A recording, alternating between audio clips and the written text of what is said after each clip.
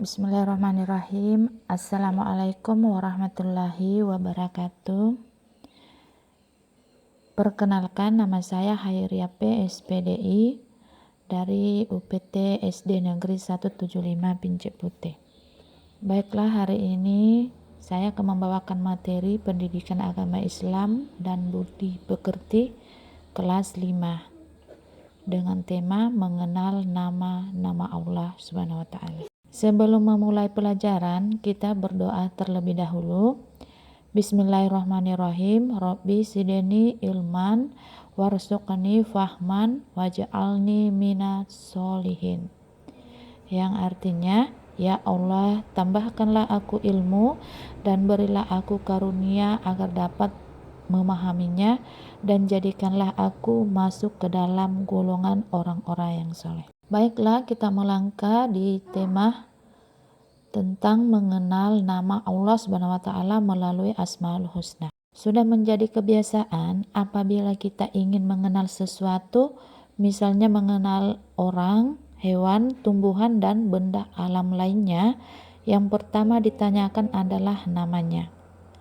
Melalui nama itu, kita mengenal sesuatu, demikian juga halnya Tuhan. Siapakah Tuhan itu? Agama Islam menyebutnya Allah Subhanahu wa taala. Untuk mengenal lebih jauh siapa Allah Subhanahu wa taala, jawabannya ada pada Asmaul Husna. Oleh karena itu, Allah Subhanahu wa taala mewahyukan namanya kepada manusia melalui kitab suci Al-Qur'an. Di sana disebutkan nama-nama Allah Subhanahu wa taala sebanyak 99 nama atau disebut dengan Asmaul Husna, yaitu nama-nama yang baik dan indah. Adapun pelajaran Asmaul Husna di kelas 5 ini dibatasi hanya 4 Asmaul Husna, yaitu Al-Mu'mid, Al-Hayyu, Al-Qayyum, dan Al-Ahad. Yang pertama Al-Mu'mid, artinya Maha Mematikan. Allah Subhanahu wa taala telah berfirman, setiap yang bernyawa pasti mati. Oleh karena itu, kematian tidak dapat dihindari manusia. Kematian bukanlah sesuatu yang ditakuti, akan tetapi kematian adalah tangga menuju kebahagiaan abadi. Yang kedua, Al-Hayyu, artinya Maha Hidup, yang mengandung arti bahwa Allah Subhanahu wa taala hidup kekal selamanya dan yang memberi hidup makhluknya. Hidup atau mati ada di dalam kekuasaan Allah Subhanahu wa taala. Contohnya, berapa banyak orang yang sedang mengalami sakit berat, tapi Allah masih berkehendak memberikan kesempatan untuk hidup. Sebaliknya, sering kita melihat orang tidak sakit, kondisi dalam keadaan sehat walafiat, tiba-tiba saja terdengar sudah meninggal dunia. Penyebabnya bermacam-macam, ada yang sakit jantung, terjatuh, tabrakan atau tertabrak, tenggelam, tertembak, dan sebagainya. Berdoalah kepada Allah Subhanahu wa taala, ya Allah, ya Hayyu, wahai Tuhan yang Maha Hidup, hidupilah kami dalam keselamatan dan kemanfaatan. Kita masuk yang ketiga dari Asmaul Husna, yaitu Al-Qayyum, artinya Maha Berdiri atau Mandiri, yang mengandung arti bahwa Allah itu berdiri sendiri untuk selama-lamanya. Allah Subhanahu wa taala memberikan pendidikan kepada manusia supaya hidup tidak selalu bergantung kepada orang lain. Kemudian selanjutnya Al-Ahad, artinya Maha Esa, mengandung arti Allah Subhanahu wa taala itu Esa. Perhatikan Al-Quran surah Al-Ikhlas berikut ini. Artinya, katakanlah Muhammad, dialah Allah yang Maha Esa, disebut pula dengan Al-Wahid, artinya yang Maha Tunggal atau Maha Esa, tak ada sekutu baginya. Nah, aku ingin terpuji di hadapan Allah SWT. Mari kita bersikap dan berperilaku dengan cara mengamalkan Asmaul Husna. Kemudian pengamalan dari Al-Mu'mid. Al-Mu'mid mengandung arti yang Maha Mematikan.